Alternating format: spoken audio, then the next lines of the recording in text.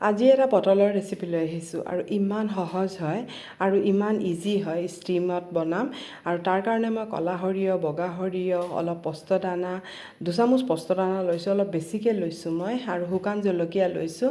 আৰু এইখিনি অলপ গৰম পানীত মই তিয়াই পেলাই থৈ দিম। গৰম পানীত থ'লে মানে পিচিলে খুব সোনকালে মানে একেবাৰে ফাইন পিচা হৈ যায়গৈ। আৰু এতিয়া মই পটল কেইটামান কাটি লৈছোঁ। এই ধৰণে গুটিখিনি খুব কুমলীয়া হয়, সেইকাৰণে পেলোৱা নাই। আৰু ইয়াত মই নিমখ দি লৈছোঁ আৰু অলপ হালধি দি পেলাই খুব ভালকৈ মানে মিক্স কৰি ল'ম, যাতে গোটেইখিনিত হালধি আৰু নিমখ খুব ভালকৈ লাগি যায়গৈ।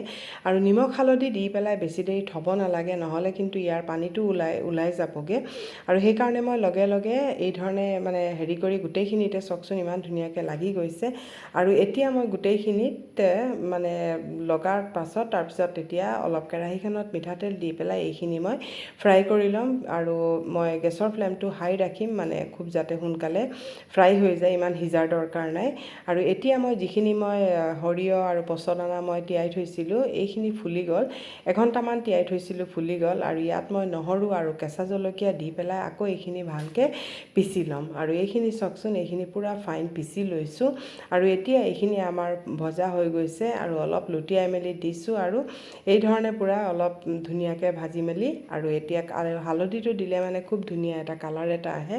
আৰু গোটেইখিনি ভাজি লৈছোঁ, বিলাহী কাটি লৈছোঁ, কেঁচা জলকীয়া লৈছোঁ, আৰু গোটেইখিনি লৈ পেলাই আৰু এতিয়া ধুনীয়াকৈ এইখিনি মানে কৰি ল'ম। এইখিনি মই ষ্টিম কৰি ল'ম। প্ৰথমতে মই বাতি এটা লৈছোঁ, বাতিটো লৈ পেলাই আৰু ইয়াত মই অলপ মিঠাতেল দি লৈছোঁ। ইয়াত মিঠাতেল দি তাৰপিছত যিখিনি পেষ্ট বনাইছিলোঁ এইখিনি দিছোঁ, হালধি দিছোঁ, অলপ নিমখ দিছোঁ। যদি পিছত আকৌ দৰকাৰ হয় মই তেতিয়াহ'লে আৰু অলপ দিম, কিন্তু এতিয়া মই অলপ কম নিমখ দিছোঁ। আৰু এতিয়া মই যিখিনি পটল কৰি থৈছিলোঁ, এই পটলখিনি মই ইয়াত মানে এটা দি গৈছোঁ। আৰু মই অলপ থৈ দিছিলোঁ, মানে মছলা অলপ থৈ দিছিলোঁ, এই মছলাখিনি ইয়াত দি দিছোঁ। আৰু বিলাহীখিনি দিয়াৰ পিছতহে দিছোঁ। আৰু এতিয়া মই 1 বাতি মই গাখীৰ দি দিছোঁ। যিকোনো গৰু গাখীৰ হওক বা তাজা গাখীৰ হওক, যিকোনো গাখীৰ ব্যৱহাৰ কৰিব পাৰে, যিটো আছে আপোনালোকৰ ওচৰত। সেইটো মই তাজা গাখীৰ ব্যৱহাৰ কৰিছোঁ। আৰু এইটো গাখীৰটো দি পেলাই অলপ পানীয়াকৈ থৈছোঁ।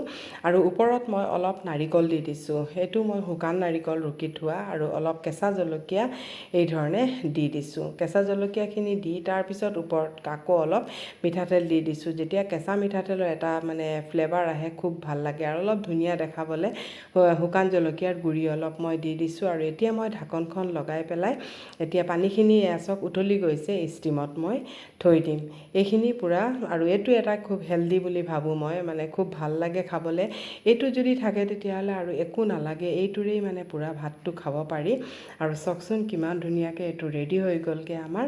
আৰু এতিয়া ঠাণ্ডা হোৱাৰ পিছত মই এইখিনি মানে ঢাকনখন খুলিছোঁ, আৰু চাওকচোন ইমান ধুনীয়া হৈছে, কালাৰটো খুব ধুনীয়া হৈছে। আৰু এইখিনি পূৰা পানীয়া আছিলে, দেখিছে নহয়, এইখিনি পূৰা শুকাই গৈছে। আৰু এতিয়া মই এটা চেক কৰি চাম সিজিছে নাই। কৰাৰ পিছত এই ধৰণে অলপ লৰাই দিব, আৰু চাওকচোন চামুচখন কৰাৰ লগে লগে ভাঙি আহিছে, মানে পূৰা ধুনীয়াকৈ সিজি গৈছে। এইটো ৰেচিপিৰেই মানে পূৰা পেট ভৰাই ভাতটো খাব পাৰি, আৰু একোৰে দৰকাৰ নপৰে। যদি ভাল লাগিছে এটা লাইক আৰু শ্বেয়াৰ কৰি দিব।